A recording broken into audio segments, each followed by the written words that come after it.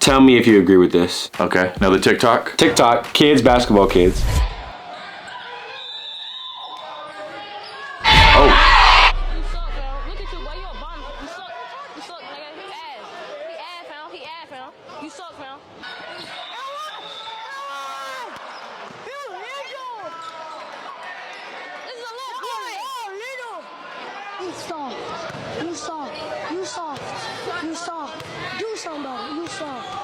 Something about it. These little boys now. I raised them. I got her mic'd up. Yeah, how the audio's so clear? Yeah, how you micing the kids?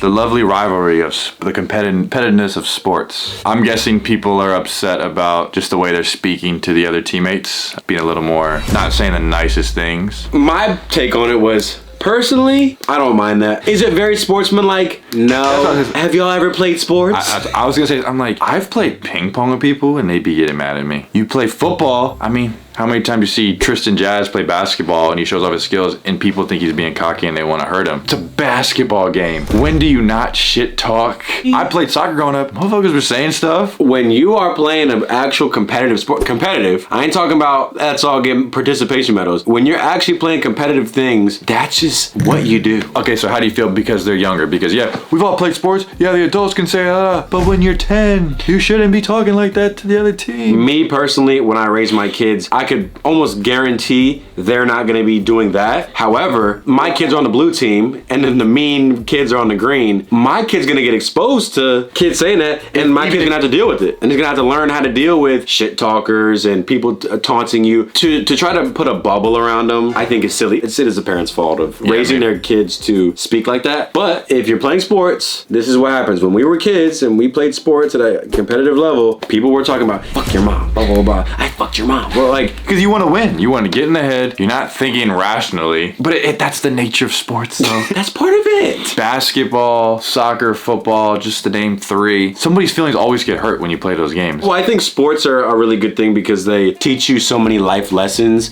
They teach you about how to overcome adversity, how to deal when somebody's being very mean to you or whatever. Whereas people want to go, let's be idealist and nobody be mean and everyone be nice. And then you grow up, now you're a beanie baby. Actually, no one's ever cussed at you and said, I f***ed your mom. So now you don't know how to act. You shut down because you've never heard that term. On the soccer field, you and I both probably heard heinous things, and I think it made me a better person. You're trying to tell your child that they'll never be in a situation where they're gonna hear or have to deal with something that's not good. Like, it's gonna happen. Well, that's human. You're gonna go through something anyways. Do you think if there's a factor of maybe all the people in the neighborhood, if they live in one, all the kids are just saying that outside, regardless without the parents? And the fact these kids are mic'd up. Yeah, that's weird. It's almost like you knew they were gonna be shit talking. Yeah, I mean, it's like if there's a camera on me and I'm mic'd up, well, I gotta play it up for the camera a little bit. In a perfect world, yeah, I want everyone to have good sportsmanship, but that's not how the world works. Some kids are raised like that and you're gonna shit talk your kids. So might as well have yours ready for battle anyways. If your child is good at sports, people aren't gonna like him. It's gonna happen. When you're good, it makes people angry because somebody thinks I'm better or they're like, I'm gonna bring you down. Yeah, people are gonna say things about you and if you let it get under your skin, whether it be in a game or in real life, then yeah, you're gonna lose. There was a thing, I put it on my story, it was a quote that said like, if every single rub on your mirror irritates you, how's your mirror ever gonna get polished? And I was like, yeah. A certain level of getting socially calibrated and dealing with adversity, which comes in the form of bullying or bad sportsmanship. It's not fun in the moment, but it also teaches you very valuable things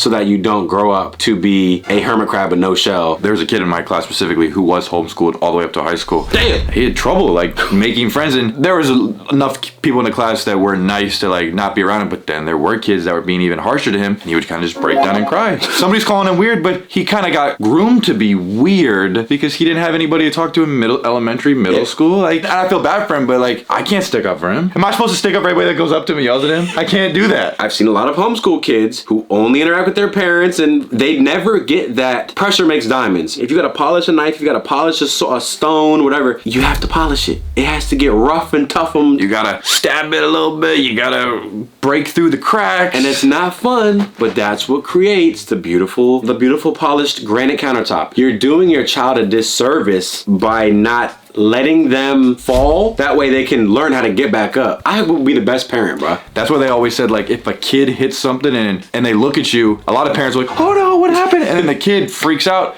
No, let them hit. If you don't react, half the time they won't either. You gotta let them go through stuff. Yes. And again, with you, okay, whether it was are you obligated to defend against every kid that's getting beaten up and bullied? Well, yeah, because now I'm putting myself into, but it was sad to see somebody that obviously was deemed weirder just because they had a certain look, the way they dressed, the way they talked. Very smart. Part of being in public school is you have to work with people. That's just what it is. You can't stay by yourself the entire time. You're gonna have to do group projects. You're gonna have to talk to people in the hallway. I knew kids in my school. It was elementary school. Her name was Lizzie. Her mom had a peg leg, and her dad looked like a caveman, and she smelled really bad. She would always get flamed Because she probably smelled. because she smelled bad. That's the parents' fault because you are having a kid in a dirty environment. And people would probably roast her all the time. Yeah, all the time. And there was another kid. His name was like Nick something. Heavy set brother. One day he came out of the bathroom and had toilet paper hanging down from his pants like it was in a movie, and people were just. Oh yeah, they're probably flaming. Oh my God. If you are stinky in middle school and everyone says, stinky, you're stinky, you're stinky,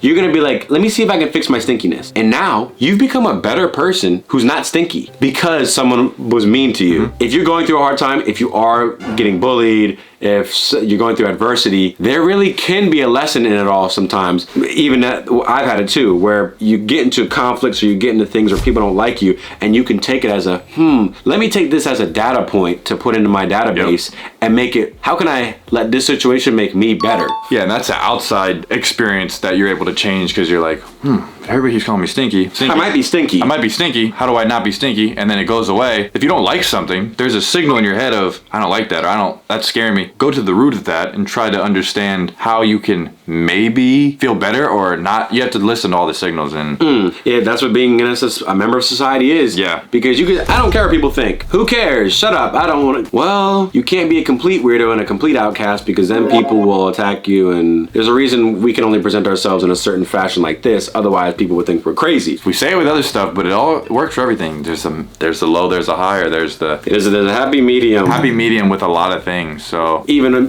being YouTubers, we've had people say very mean things to us. We've had people do very evil things to try to hurt us, you, me, whatever. And it's made me, like, I'm able to handle situations a bit better because I've been through bad situations before. I don't know if it's exactly what you're saying, but like if there's small issues that people can just think their whole world's ending, but for us, like now, because we've been through bigger problems, if something as minuscule as this happens to me, I'm not gonna be all, oh no, or oh I hate you. It's like, I'm gonna just let it go. I'm gonna let it go. Cool. I'm like, that person hates their life. They don't hate me. You've only seen that after some bigger things that affected you more. Ooh. It sucks. Where's the line of like you said, you want to have good sportsmanship, but if somebody is being a little too mean to you on the field, now you know how to deal with it a little bit better, or does it shape you a little stronger so now you know how to avoid that next time, or you just, I don't know. If someone has no bullying, they could become a pillow pet, and they could become a beanie baby. Anytime a little thing hits them, then they break and fall and shatter into a million pieces and cry and whine. And then if someone has too much bullying, it does the same effect. Well, then there's a sweet spot. Try to get into the sweet spot of getting bullied. Someone said that life is fair, and like if you really work hard and really do your thing for a long time and are smart about your stuff, life will reward you, which I do think is accurate because we worked hard and we got rewarded to some extent. But also, life can be unfair. All I know is subscribe. If you made it this far, thanks. Appreciate it. We're just trying to plant some seeds in your head just to start thinking a bit more. And we're gonna constantly change too, so. Right, in 5 years, bro, I don't even know who I'm gonna be. But keep evolving and changing and pushing yourself. Sometimes that thing that seems like a problem right now could actually be making you into the best person ever.